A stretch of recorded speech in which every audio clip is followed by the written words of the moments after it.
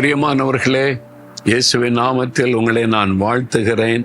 ஒரு மாதத்தின் கடைசி நாளுக்குள்ளே வந்துவிட்டோம். கொஞ்சம் திரும்பி பாருங்க. இந்த மாதம் முழுவதிலும் ஆண்டவர் எவ்வளவு அருமையா நம்ம நடத்தி வந்திருக்கிறார்கள். தினந்தோறும் நம்மோடு பேசினார், வாக்கு கொடுத்தார், தைரியப்படுத்தினார், பலப்படுத்தினார், சந்தோஷப்படுத்தினார். எத்தனை அற்புதங்களை செய்தார் இல்ல. அவருக்கு நம்ம நன்றி சொல்ல கடமைப்பட்டு இருக்கிறோம். இந்த மாதத்தின் கடைசி நாள் ஆண்டவர் எனக்கு என்ன வார்த்தை வைத்திருக்கிறார் என் ஆவலோடு காத்திருக்கிறீங்க தானே.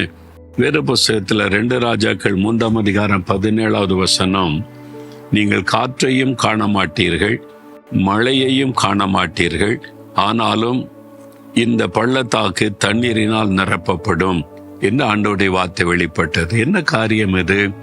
2 ராஜாக்கள், யூதாவின் ராஜாவும் இஸ்ரவேல் ராஜா ஒன்று சேர்ந்து எதிரியோட சண்டை யுத்தம் பண்ண போகிறார்கள்.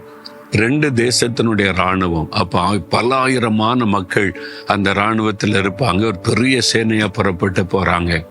ஆனா வனாந்தரத்துல போகும்போது அவங்களுக்கு தண்ணீர் எல்லாம் தீர்ந்து போயிட்டு தாகத்துல இராணுவ வீரர்கள் கலங்குறாங்க. குதிரைகள் அதெல்லாம் வச்சிருப்பாங்கல்ல, ஒட்டகங்கள், மிருக ஜீவன்கள் எல்லாமே தண்ணீர் இல்லாம தவிக்கிறாங்க. என்ன செய்வதுன்னு தடுமாற்றம். எங்க போறது? எங்க பார்த்தாலும் வனாந்தரம், தண்ணீர் இல்லாத சூழ்நிலை. கர்த்தருடைய தீர்க்கதரிசியை அழைக்கிறாங்க. அந்த தீர்க்கதரிசி கர்த்தரிடத்தில் வேண்டுதல் செய்த போது கர்த்தரிடத்திலிருந்து ஒரு வார்த்தையை சொல்லுகிறார். இந்த பள்ளத்தாக்கு எங்கும் வாய்க்கால்களை வெட்டுங்கள். நீங்கள் காற்றையும் பார்க்க மாட்டீங்க, மழையும் பார்க்க மாட்டீங்க, இந்த வாய்க்கால்கள் தண்ணீரால் நிரப்பப்படும். அப்ப எல்லாங்க இது வனாந்தரங்க. எங்கேயாவது ஒரு பெரிய ஆறு ஓடுது, குளம் இருக்குது, அங்கிருந்து தண்ணி கொண்டு வந்தா பரவாயில்ல. வனாந்தரத்துல வெறுமன வாய்க்காலை வெட்டி வச்சு மழை வர சூழ்நிலையும் இல்லை, மழை காலமும் இல்லை. எப்படி தண்ணீர் வரும்?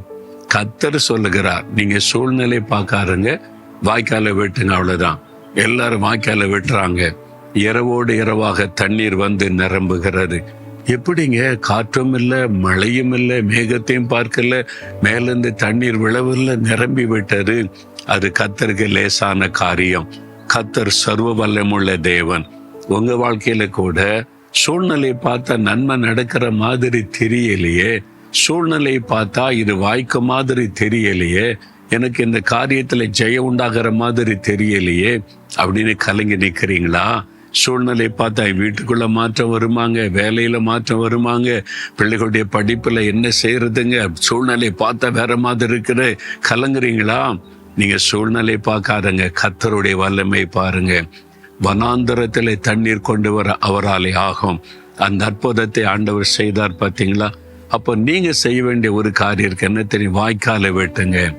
விசுவாசத்தோட வாய்க்காலை வெட்டணும். நீங்க செய்ய வேண்டியதை செஞ்சாதான் கர்த்தருடைய அற்புதத்தை பார்க்க முடியும். அதுக்கு என்னங்க பண்றது அப்படின்னு நினைக்கிறீங்களா? ஒரு சிம்பிளான அனுபவம் சொல்லட்டுமா? ஏசுடிக்கிறார் ஊழியத்துல பாக்குறீங்கல்ல, எந்த டிவி நிகழ்ச்சியிலையும் திறப்பின் வாசல் ஜபத்திலையும் நாங்க காணிக்கை கேட்டதில்லை, காணிக்கை எடுப்பதில்லை. மக்களுக்கு சில ஏழைகளுக்கு உதவி செய்யற சில காரியம் சொல்லி இருக்கிறேனே தவிர ஏசுடிக்கிறார் ஊழியத்திற்கென்று கேட்டதில்லை.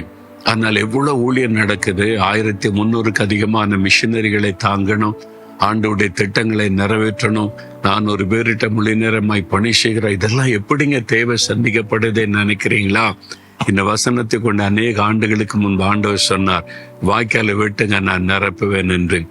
ஒவ்வொரு மாதமும் முதல் வாரத்துல ஒரு நாள் முழு எங்களுடைய ஊழியத்துல அத்தனை பேர் உபவாசம் பண்ணி ஒரு நாள் முழுவதும் ஜெபம் பண்ணுவோம். அந்த மாத ஊழியத்துக்காக ஜெபிச்சுட்டு கடைசியில் ஒரு 5 நிமிடம் வாய்க்காலை வெட்டுவோம். ஆண்டவரே, பத்திரிக்கை ஊழியத்தின் தேவையை சந்திக்கணும், மிஷினரி ஊழியத்தில் உள்ள தேவை இருக்கிறத சந்திக்கணும், சுவிசேஷ ஊழியத்துக்கு இந்த தேவை இருக்கிறத சந்திக்கணும்.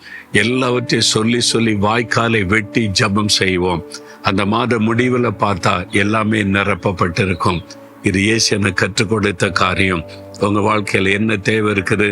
அதுதான் சொன்னேன், எழுதி வைத்து ஜெபம் பண்ணுங்கன்னு சொன்னேன்.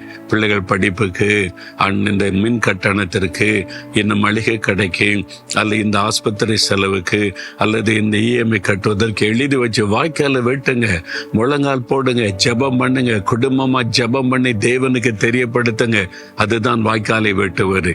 நீங்க செய்ய வேண்டியதை செஞ்சா கர்த்தர் செய்ய வேண்டியதை செய்வார். இயற்கைக்கு மேற்பட்ட அற்புதம் நடக்கும். நீங்க அதை பார்க்க போறீங்க. விசுவாசிக்கிறீங்களா? இப்ப அப்படியே ஜெபம் பண்ணுங்க. ஆண்டவரே, நான் வாய்க்காலை வெட்டுகிறேன். எங்களுடைய குடும்பத்தின் தேவை, தனிப்பட்ட தேவை, எங்களுடைய வாழ்க்கையின் தேவை, எங்க காரியத்துல இந்தந்த காரியத்தில் அற்புதம் நடக்கணும், தேவை சந்திக்கப்படணும்.